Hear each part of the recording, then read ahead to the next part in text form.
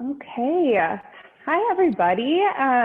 We are super excited to be interviewing and having a discussion today with the lovely Lindsey Nickel with Lovely Day Events and Lovely Day Strategy. My name is Ashley Boyle. I'm the VP of Communications here for ILEA Napa-Sonoma. I just want to get started. I'm going to tell you a little bit about Lindsey, and then I'll kind of let her take it over and start from there. So Lindsey is a wedding planner and business coach for wedding planners. At her business, Lovely Day Strategy, she's the go-to marketing and business strategist for wedding planners who want to be fully booked with wonderful clients. At her other business, Lovely Day Events, she has more than 10 years of experience working with stylish, hands-on couples that want to have fun on their wedding days. So based in Napa, she is a Bay Area native with a passion for outdoor adventures and travel. So welcome. Yay, thanks for having me, Ashley. Yeah, we're very excited. So we are trying something a little bit new for this ILEA year. So we are going to be incorporating some themes into each month. And so this month we are focusing on sales. So we want to bring a little bit more value to our members and really include our members in to the conversation, which is why we're so excited to be talking to you today. So we really appreciate it. Yay, thank you. I know people always want to know about sales. They want to know about how to get more inquiries, how to book those inquiries, and like what to do with them once they get booked to get more inquiries. Yep. So let's start. So if you just want to tell me a little bit about yourself, your career path, what led you to becoming a planner and starting your own company, and we'll start there. Yeah, so like Ashley said, I've been a wedding planner for 10 years, and I actually started in Jackson Hole, Wyoming, which if you're not familiar with Jackson Hole, it's a small high-end destination mountain town. It's a ski town, and it's the gateway to Yellowstone. So it gets tons of tourists, tons of destination weddings. And I got started, like she said, 10 years ago. And if you don't remember, 10 years ago, the economy was slow, the economy was uncertain. And that is when I decided I was tired of being a ski bum, because I had moved there right after college to be a ski bum, and I was tired of getting up early and being cold, and I was ready for what I was calling my big girl job. And like I said, the economy was slow and it was kind of an uncertain time, and people just weren't hiring permanent positions. Maybe this is all sounding familiar to right now. There were no permanent positions. And I had a really amazing mentor. And I remember standing outside actually of the hair salon. We had just finished our appointments. And I was like, she asked about the latest job I had applied for. And I was like, I didn't get it. And I was feeling really bummed. And she said, like, why don't you just start your own business? You have been talking about this for a while. And that's honestly how it started. I started stringing together actually nonprofit clients. So nonprofit events, marketing communication for nonprofits, and project management for nonprofits. And as I was doing that, someone said, like, why don't you do weddings also? Because, you know, there's a lot better money to be made in weddings than working with nonprofits. And actually worked out great because the summer season was so short in Jackson Hole. So I would do like weddings in the summer, and then my nonprofit clients basically the rest of the year. And it was great. Like, it was a great balance. I met tons of people. I had tons of fun. And so after 6 years of doing that, we moved to Napa. So we've been in Napa 7 years. And that is when I went all in basically on my wedding business, because I could really only keep one of those businesses going. And the weddings I realized would be like pretty easy to keep going and start in a new area. I realized it would be a great way to meet people. It would be a great way to like learn like the lay of the land physically in the valley, because I have no sense of direction. So it was nice to go see all the different venues and like, okay, that's where that is. And that's where that is. And I really got started in Napa and Sonoma going on venue site visits. Like, I made a list of every single venue in both valleys, and I contacted every single one, and everybody who said yes, I went and had a site visit with. And that's how I got started doing weddings out here. So it was a lot of word of mouth. And then about 2 years ago, I started with my coaching business, Lovely Day Strategy. I really missed that like coaching part and consulting part that I was doing with nonprofits. And I also realized like I had all this knowledge and experience from planning weddings. And if I had had someone to like share that information when I was getting started or when I moved to Napa, I could have gone so much farther, so much faster, and like made more money. So I decided I'm going to start this business, and that is what Lovely Day Strategy is. It's basically like teaching people how to market their business, how to book wedding planning clients, and how to like set up systems and workflows to make sure your clients are happy and the weddings go really smoothly. Awesome. Fantastic. So are you doing both kind of 50-50 right now? I mean, of course, obviously weddings are not as prominent, but I mean, when they were you kind of splitting it, or were you enjoying more than the other? Like, what was going on? Oh, that's such a good question. So I was actually really nervous to like tell people that I was doing the coaching and consulting business, because I was nervous that they would stop sending me referrals for weddings, or they would just forget about me. You know, when you're like starting a new business or a new endeavor, you just like get in your own head so much. And I work at home by myself. So it was like, I'll never see my wedding friends again, like silly things looking back at it. But now that COVID has happened, thankfully I have all great clients, and they've all moved to next year, and they're basically all on pause. We're just waiting for the weddings to come back again. So I have time now to like really put into this new business. So right now the new business gets a lot more attention, but it's really because the event planning or the wedding planning clients, they're done. Their weddings are ready. Like if they could get married tomorrow.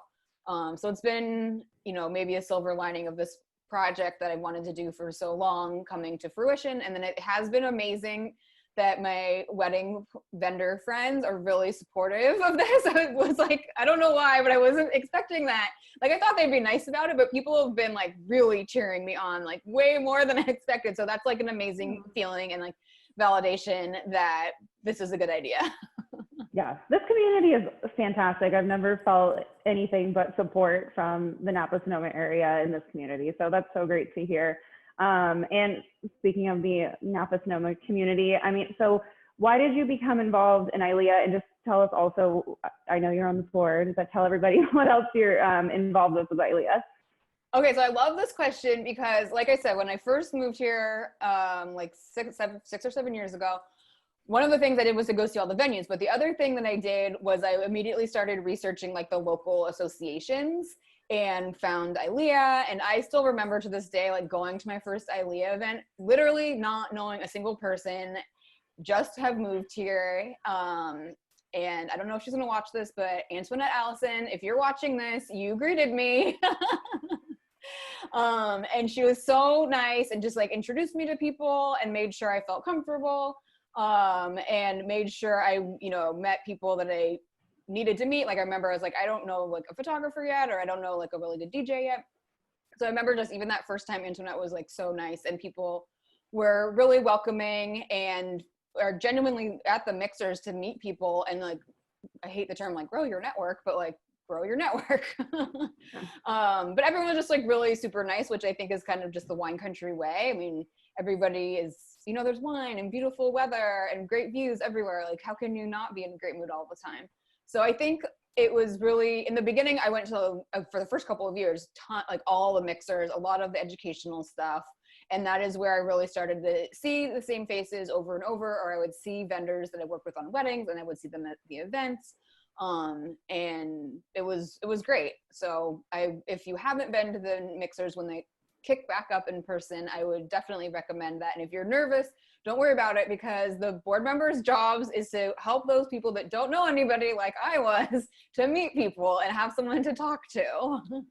Yeah, absolutely. And it's hard being new. So again, it's great to hear that everyone made you feel so comfortable right away. So amazing. Okay, so I kind of want to focus right now on your Lovely Day strategy and kind of jump into that conversation and talk about that business. So just starting there, tell me a little bit, just more of like, you kind of briefly touched on it, but the focus for Lovely Day strategy, who are your main clients, and just talk to me a little bit more about your business for Lovely Day strategy. Yeah, so at Lovely Day Strategy, like Ashley said, it's the really like the go-to marketing and business place for wedding planners who want to be fully booked, but with wonderful couples. Because it's so easy to say, like, I want to be fully booked, but then you end up with like people who you can't wait to see get down the aisle and you never have to talk to them again. So what I have really focused on is helping people like with their process, basically. So like helping people put things into templates so that you can reuse things and refine things and not have to keep making things from scratch. A lot of it is helping people with marketing. One of the big hurdles I see people ask about all the time is ideal client. So I know we're going to come up and talk about that next, because I know people want to hear about that. So helping people with the ideal client and like wrapping their heads around that. And my main thing that I help like offer this through at the moment is through my signature course, which is called the Wedding Planners Manual, which is a self-study course for wedding planners. And it gives people templates, worksheets, and videos to basically make sure everything is up to snuff. And if it's not, giving them what they need to, you know, create packages, create welcome packages, or like, you know, your onboarding email, create wedding day timelines, what you should be asking at site visits, what you should be emailing to vendors, all of that sort of stuff. Because I'm really finding people want to go at their own pace, especially these days when it's like each day is so different from the next. I love that. So I did go onto your website and I took a peek and looked at your topics that you outline in your coaching sessions. And so I did just want to kind of go through and touch base on those 3 topics and ask a few questions. So the first one was business basics. And we kind of touched on this before, but identifying your ideal client. So I know this is hard for everybody. You know, you have a dream of what you imagine your client being, but how do you really, you know, narrow that down and keep up to date and find who your ideal client is? Okay, so this is a great question. And everybody always, you know, when they ask marketing questions like, you know, should I don't know, should I advertise on the Knot? Should I attend such and such summit? It really depends on like, what is your ideal client looking for? So people don't know, your ideal client or your ideal avatar, that is like your dream client. So you have to be really, really, really specific on who that person is, because you're literally like calling that person in. So it's like quality over quantity. So the example that I like to use is, let's say, we'll use wine country because we're in wine country. So if you're a wedding professional or wedding planner in wine country, you probably have an ideal client that wants to get married with vineyard views. Wine is really important to them. Food is really important to them. You know, maybe they live in the San Francisco, maybe they live in the Greater Bay Area, or maybe they live in Chicago. So getting really specific, and even more specific than those things I just mentioned, but like, okay, they love food. Are they vegans? Are they pescatarians? Are they Mediterranean food diet? Very, very specific, so that when you're creating your marketing, so when you're writing an Instagram post, when you are updating something on your website, when you are creating a package, you are only speaking to that person. So for wine country, you're only speaking to people who want to get married in wine country. Most of those people don't want to get married in a hotel ballroom. Most of them want to have views. So super, super specific. So, you know, if you're trying to pick pictures to put on your Instagram feed, maybe you do have a really beautiful wedding that you did in San Francisco and it's in front of like an iconic San Francisco place. Maybe it's in front of City Hall, but your ideal client is wine country. Unfortunately, you're not going to use that City Hall photo because you're not trying to draw in people getting married at City Hall. You're trying to draw in people getting married at wine country. And it's a really, really hard thing for people to say no to, basically. But by saying like no to like most things, you're able to say yes to some very specific things. And when these engaged couples go to your website, you want them to see themselves in your website and on your social media. Like, oh, I love that winery. They just like Paradise Ridge. Let's say like, oh my gosh, we're wine club members at Paradise Ridge. And this wedding planner or this florist or this DJ does a bunch of weddings at Paradise Ridge. Like, let me find out more about them. And then they're starting to do it on the rabbit hole, and then they're going to contact you. So it's what they say, like there's riches and niches, but it is like a mindset thing with people to say no to a lot of other stuff. So being very, very specific down to like the type of, you know, if like my ideal client, they love dogs. So like, but I don't just say like my ideal client loves dogs. Like my ideal client has a rescue dog. But maybe someone else's ideal client has like a purebred cat. So as specific as you can. So when that person or that couple sees something on your social media or your marketing or your packages, they're talking to me. They're literally describing me, and they can't help but contact you because they want to know more about how they can work with you. So that's like a huge one. So I know it's hard, guys, but you can do it. Really think about who it is. And I find it really helps to draw a picture of that person, like draw a picture of the couple, and keep it in your office so that they're constantly like on your mind. You have to look at them every single day, and you stay focused on them. And then you have to make those decisions too. Like, do they have a dog? Do they have a cat? Do they have no pets? Do they live in an apartment building? Do they live in the country? Put all of that in the picture. So I feel like a lot of people get kind of nervous too, you know, like rescue dogs, absolutely. Like that's totally my draw. If I see that on your Instagram, I'm 100% going to go and check you out. But I think people do get nervous about, you know, really expressing their true selves. And so is there any advice you can give to people or about, you know, wanting to find their ideal client, but they're nervous about expressing who they really are? Yeah. So two of the best ways to really like find out more details about who your ideal client is to look back at past reviews that people have written for you or thank you notes. So look on the Knot, look on, you know, Wedding Wire, look on Google, look on Facebook, wherever people are leaving you reviews, look on there because they will say very specific things about you. And you can just use the language. So if they're like, I don't know, we'll just keep using Paradise Ridge. If they're like, Paradise Ridge has the most beautiful like views of the valley, like it was the perfect backdrop for our wedding, like you can use that in your marketing and say like, if you want beautiful city views like over the valley, Paradise Ridge is the place for you, because literally your clients are saying that. So you should include that in your marketing. Yeah. And so that's one thing, like look back at the reviews because the clients will really highlight like what it is about specifically you that they liked. And then also think back to who your favorite clients were. I know we all have those favorite clients where we're like, oh, I wish they could get married again so that we can work on their wedding again. Or maybe they have a really fabulous sibling that we could do their wedding for. And write down the characteristics that made those people so great. And you'll start to see themes like, you know, they work in tech, they're project managers, or maybe they're graphic designers and they own their own business. And you'll start to see like, oh yeah, this couple was that, and this couple was that, and this couple was that. And then if you're really brave and you really want to get dialed in, contact those people and just like talk to them on the phone. You can send them an email or get them on the phone with like a couple easy questions. Like, I'm going to make these up off the top of my head, but like, you know, what was the best part about working with us? Like, how would you describe our business in 10 using like 3 words? And your favorite clients, they love working with you. So they're totally going to help you out with this. And that will be like marketing gold for your ideal client. And when you're like, I don't know what to write on this about page, I don't know what to write in the social media post. It's so much easier when you're like, I just write to this one specific person all the time, my ideal client. Yeah, I love that. I love take some bravery to reach out to your old clients, but I think that's some great advice. I love that. So we kind of touched on marketing, and that was the next topic that you outline in your coaching. So, you know, what role does social media play in your business, and how does it help you with sales? I know it's so important, and we've already touched on it a little bit. So what advice can you give to others about their social media? So social media, oh my gosh, it's such an ever-changing beast, for lack of a better term. So social media, I would say right now, like Instagram stories are really popular and they're really easy to do. It's another one of those things though, like you just can't be shy and you can't be a perfectionist. You just have to go for it. If you have animals or you have a hobby, that's a fantastic thing to post about. Or if you're a venue, like anything behind the scenes, people like that's super easy and people love. And again, it doesn't have to be perfect.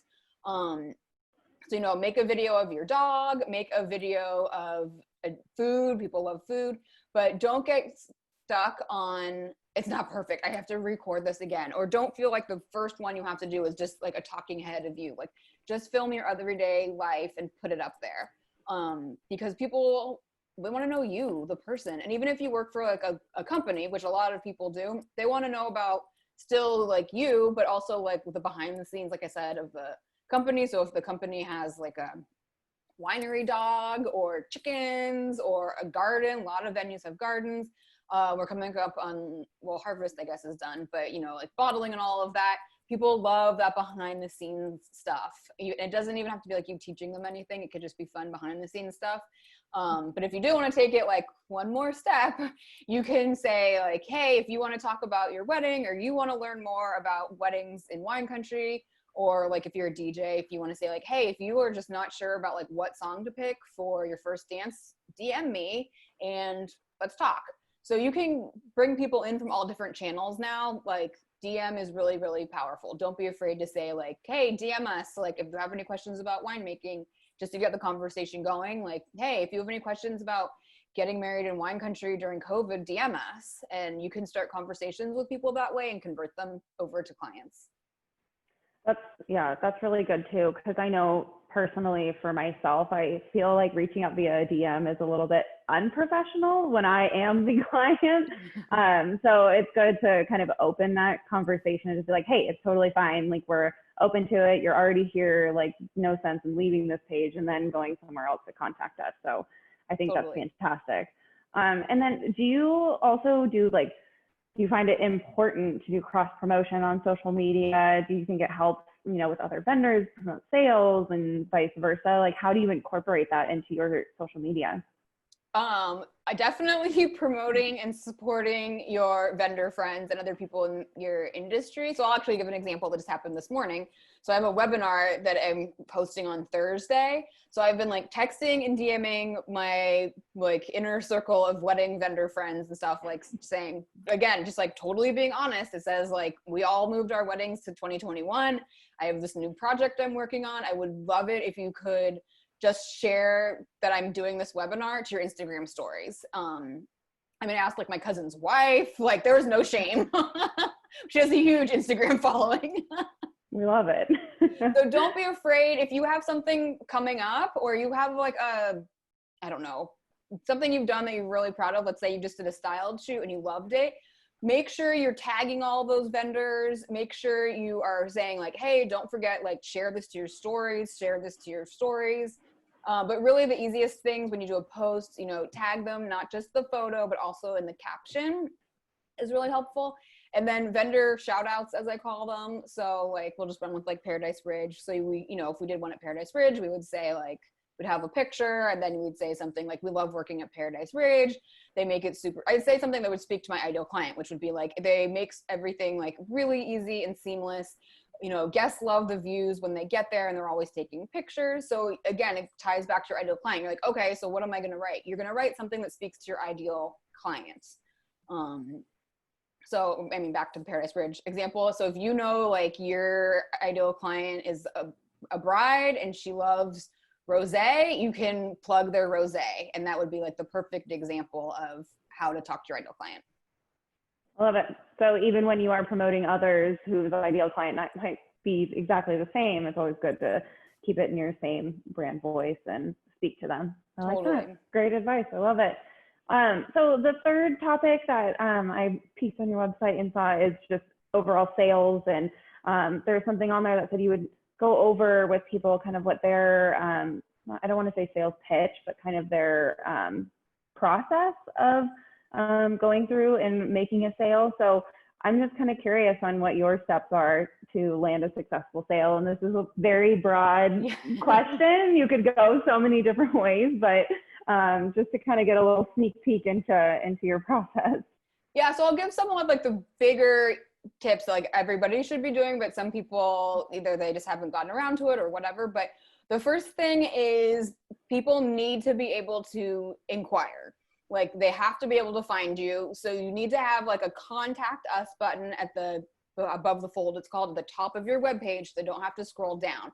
And it needs to say contact us or inquire about your wedding or something very clear and very specific. Don't make it something cute like, I don't know, I can't even think of that would be like, I don't know, but just make it very clear and specific. Like contact us now to talk about your wedding, or just contact us or whatever. And then after they inquire, so it should take them to a contact form and they just fill out the information easily. And then it will get sent to you and you should have an automatic reply set up so that no matter the time of the day or what's going on, or if you're a giant venue or you're a one-person show just getting started, those people will always get a response, which tells them that you have received their inquiry. And so they're like, okay, great, they got it. I don't have to wonder if they didn't get it. But then also in that automated response, you should tell them what the next step is. Like, should they click on a link to schedule a call with you? Should they click on a link to read your reviews somewhere? What is the immediate next step to working with you? And again, this is all automated. So if you are working at a wedding and someone inquires over the weekend, they get a response. And then when you get back to the office on Monday or Tuesday, that's when you follow up with your personal response. So that's the first thing everybody should be doing. What else? More sales tips that are really specific. So another one would be when you get them on the phone or video to talk to them and you're getting to know them and you're getting to know each other, just remember it's an interview both ways. Obviously they're interviewing you to be their wedding planner, their DJ, well, in the venue it's in person, so this would be in person. But you're also interviewing them to see if they're going to be a good fit for you, because you only have so many days on your calendar. No matter how big you are, how big your team is, you can only do so many events. And again, you want to be looking for people who are your ideal clients. And if you kind of feel like a little red flag is going off, like these people are not quite a right fit, they're probably not. And if you say no to them, like, trust me, more inquiries are coming in right after them. So you're interviewing them just as much as they're interviewing you, and you need to ask for the sale, basically. So at the end, you need to tell them what is next. Like, they're waiting for you. You're the professional. They've never done this before. You need to tell them, okay, like how I usually we say is like at the end of everything, like, okay, how does this all sound to you? They say, okay, great. And like, do you have any questions? Maybe they do. Usually they don't. And then you say, is it okay? Or the next step is I'm going to send you a proposal with the contract. Does that sound good to you? And they say yes. And then you let them know, like, okay, I'm sending it to you tomorrow, in the next couple of days, whatever. But you have to ask for that sale and say, like, does this sound good? Can I send you a proposal and contract? You can expect it in X days. So you're building that relationship with them. You're setting expectations with them. But it's like anything else. It's like when you go, you're buying your soda at the grocery store and they're like, okay, next, you owe me $7. Oh, okay, here's my credit card. Like, they're waiting for that cue from you that now is the time to buy. So don't be afraid to ask for the sale and make sure they know what the next step is after the call. Awesome. Does it ever like scare people when you're like, oh, they're like, are you ready for a contract? And they're like, or is it usually because you've already laid out all the information, they're ready for it, and it's just like, okay, here we go. Yeah, you've laid it all out. They know it's coming. And, just because you're sending a proposal and contract doesn't mean that they have to book. It's just one step closer to them having all the information to make a decision. But you're a professional and you're a business person and you need to make sales to keep your doors open. So you need to let them know, like, hey, if you want to work with us, you need to sign a contract, you need to pay the deposit, you need to keep it rolling. They don't let you walk out of Whole Foods with that drink without paying. Very true. So once you've got them to sign the contract, they've booked, what's something that you always make sure to do to just make sure everything gets started off on a very positive note and that they have all of their trust in you to move forward? Yeah, so definitely you want to have some sort of like onboarding process. And I'll admit, like when I started 10 years ago, like people didn't have like formal onboarding processes. This is something that's come around in the last few years as the wedding business has become a lot more sophisticated. So some sort of onboarding process, a workflow. Is it a welcome call? Is it an email? Is it a beautiful PDF that you send them? Something to welcome them. That's part of the client experience, is welcoming them. And also it sets expectations. So are they allowed to text message you? Are they allowed to call you on your cell phone? Are they allowed to call you on the weekends? Do you prefer that they call you on an office line, or do you prefer that they email you? What is the response time when they email you? How many in-person meetings do they get? All of those things that of course and you've gone over with them during that initial call and you put in the proposal, that they forgot about all of that. So you need to have an onboarding session or flow or something to welcome them into working with you, celebrate their wedding, and make sure the expectations are clear on both sides, because if not, you're going to be getting text messages on Saturday night when you're out to dinner with your friends. You're going to be getting, emails following up 3 hours after you've sent one. Like, the boundaries help you and help them to feel good about the wedding and not feel like burned out at the end of working with them. Yeah, absolutely. I think that's fantastic advice. And I know we all as people pleasers love to, always say yes, but it's always really important to set those boundaries and make it a positive boundaries. It doesn't have to, just be like, no. It's totally. A very positive experience. So awesome. Well, I appreciate you giving us a little bit of insight into your coaching, and hopefully it gives everybody else, a little bit of insight into you and some great tips moving forward for sales. But I hear you you kind of addressed it earlier, but you said you were working on a project that's launching soon. So I did want to talk about that a little bit. So tell me about this project. Yeah, so on Thursday, October 8th, which is just a couple days from right now, I'm hosting a free live class, aka webinar. It's called 3 Easy Ways to Stand Out in Your Wedding Planning Business, and it's for wedding planners who want to fill their calendars with referrals from vendors, even during this slow time. And if you're not a wedding planner, you're of course welcome to come as well. But you know, the examples are for wedding planner life. So that'll be on Thursday. You can go to lovelydaystrategy.com and you'll see really obvious where to sign up right there. And also at the end of it is a live Q&A, and I love doing Q&A, kind of like this. So people can come and ask whatever questions they want about their wedding planning business. If you're not a wedding planner, I'll do my best to answer your questions. You can ask those. So it'll be fun. I love doing video and things like this. So hope to see you guys there. Awesome. Thank you. So let us know where we can find you, your Instagram, Facebook, phone number. No, just kidding. Yeah. You don't need to give us your phone number. Instagram is for sure the best place to find me. It's at Lovely Day Strategy. That's for the coaching business, and at Lovely Day Events for wedding planning.